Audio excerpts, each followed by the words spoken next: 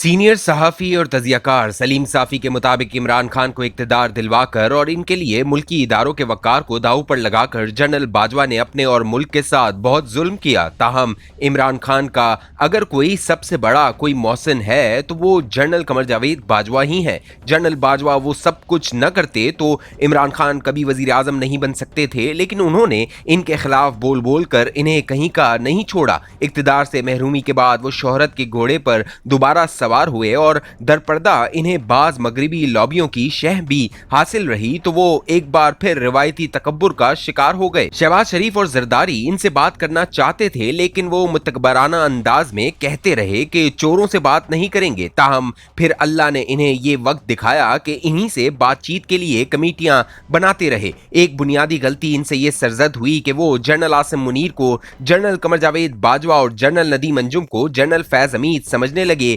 हालांकि इनकी शख्सियतों में जमीन आसमान का फर्क है। इमरान खान मकबूलियत के जोम में और मगरबी ताकतों की शह पर general Asim Munir, lieutenant general Nadeem Anjum, major general Faisal Naseer और ब्रिगेडियर फहीम रजा वगैरह पर भी हमला आवर हुए। अपने कत्ल के मंसूबों जैसे संगीन इल्जामात लगाकर उन्होंने इनको ब्लैकमेल करने की कोशिश की, लेकिन दरपर्दा राब्ते और मिन्नतें कर रहे थे। बात न बनी तो मकबूलियत के गरूर में इनसे दूसरी बड़ी गलती 9 मई को सरजद हुई। चुनाचा आज आर्मी चीफ और DGISI से मुलाकात के लिए मिन्नतें कर रहे हैं, लेकिन वहां से जवाब मिल रहा है आपके लिए अब ये सहूलत दस्तयाब नहीं। रातों रात इमरान खान ऐसे सर के बल गिरे कि अब इनके हरीफ यानी मरियम नवाज, बिलावल भुट्टो और मौलाना वगैरह इन जैसे तकब्बुर का शिकार होने लगे। सादा लोग पाकिस्तानी इमरान खान को सीधा सादा सियासतदान समझते थे, लेकिन 1996 में मेरी ये राय बनी कि वो पाकिस्तान के चालाक तरीन सियासतदान हैं। एक ऐसे सियासतदान जिनके सीने में दिल नहीं, जो सरापा दिमाग है, जो सरासर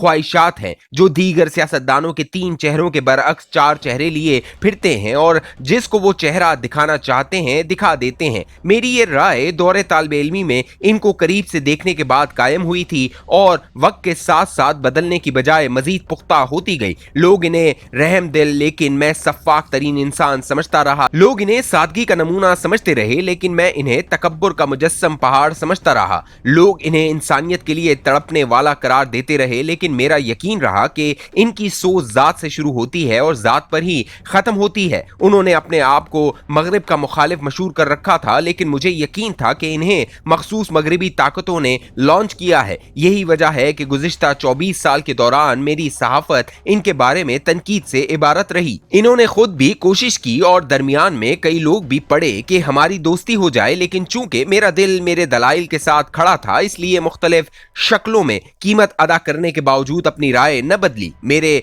बाज साथी तो कुछ बरसों से गालियां खा रहे हैं, लेकिन मैं गुज़िश्ता 20 साल से गालियां बर्दाश्त कर रहा हूं। वो पाकिस्तान की मकबूल तरीन सेलिब्रिटी और सियासतदान होने के नाते टीवी एंकर्स के शोज की रेटिंग का मौजब थे, लेकिन 2012 में एक इंटरव्यू के अलावा उन्होंने फिर कभी मेरे सामने बैठने की हिम्मत नहीं की। 2010 के बाद मगरिबी ताकतों के साथ साथ पाकिस्तानी जर्नैलों का प्रोजेक्ट भी बने तो मुझे इन जर्नैलों के कहर का भी सामना करना पड़ा। इनके सरपरस्त जर्नैलों ने मेरे खिलाफ मुख्तलिफ हरबे इस्तेमाल किए। एक जर्नैल तो इस हद तक गिरे कि 2014 के दरनों में इमरान खान की शह पर मुख्तलिफ खवातीन के जरिए मेरे हनी ट्रैप के मंसूबे भी बनाए गए। ये जर्नैल साहिबान कभी मुझे प्यार से राम करने की कोशिश करते रहे और कभी धमकियों से। 2018 में इमरान खान को इक्तदार दिलवाने के लिए इलेक्शन के नाम पर फ्रॉड का आगाज हुआ तो मैं इन सहाफियों में से एक था जो मजहम बनने की कोशिश करते। चुनाचा मैं भी इनके सरपरस्त जर्नैलों के नंबरों निशानों में शामिल हो गया। इलेक्शन ट्रांसमिशन से उठवाया गया और मैं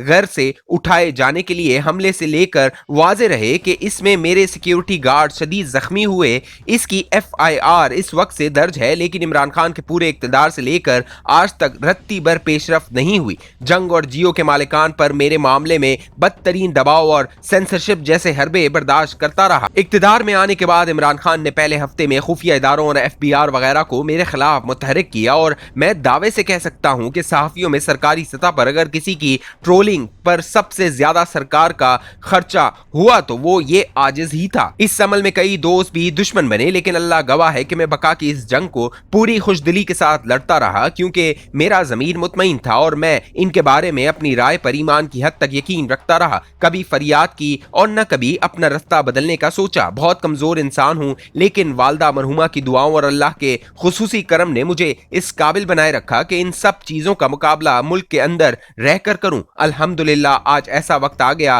कि इमरान खान की हकीकत वाज़ा होती जा रही है। हालांकि बहुत सारे लोग अब भी गलतफहमियों का शिकार है। आप इक्तिदार से इमरान खान की महरूमी के बाद इनकी हरकतों को देख लें तो इस आजिज की राय की तस्दीक किए बगैर नहीं रह सकेंगे। मसलन इन्हें पूरी तरह यकीन था कि इनकी हुकूमत गिराने में अमेरिका का कोई किरदार नहीं, लेकिन ज़ल्मे खलीलजाद के साथ मिलकर उन्होंने ये मंसूबा बनाया कि वो ये मशहूर करेंगे कि अमेरिका ने इन्हें इक्तिदार से निकाला, और फिर एक साइफर को जवाब बनाकर उन्होंने कई माह तक इस झूठ को जंगल की आग की तरह फैलाया। आज वही इसी अमेरिका में लॉबिंग फर्म्स की खदमात करोड़ों डॉलर के एवज हासिल करके इनसे मदद मांग रहे हैं। बहरहाल हम सब और बिलखुसूस इमरान खान के सियासी मुखालिफिन के लिए खुद इमरान खान का ये उरूज और जवाल एक सबक है। इन्हें सबक लेना चाहिए कि अगर सिर्फ चालाकियों से काम चल सकता तो फिर इमरान खान जैसा चालाक इंसान कभी ना फंसता। इसी तरह इमरान खान के अंजाम में मरियम, बिलावल और मौलाना वगैरह के लिए बिलखुसूस और हम सब के लिए बिलउमूम ये सबक है, कभी ताकत या शोहरत के नशे में मुब्तला होकर गुरूर और तकब्बुर से काम नहीं लेना चाहिए, क्योंकि रब कायनात हर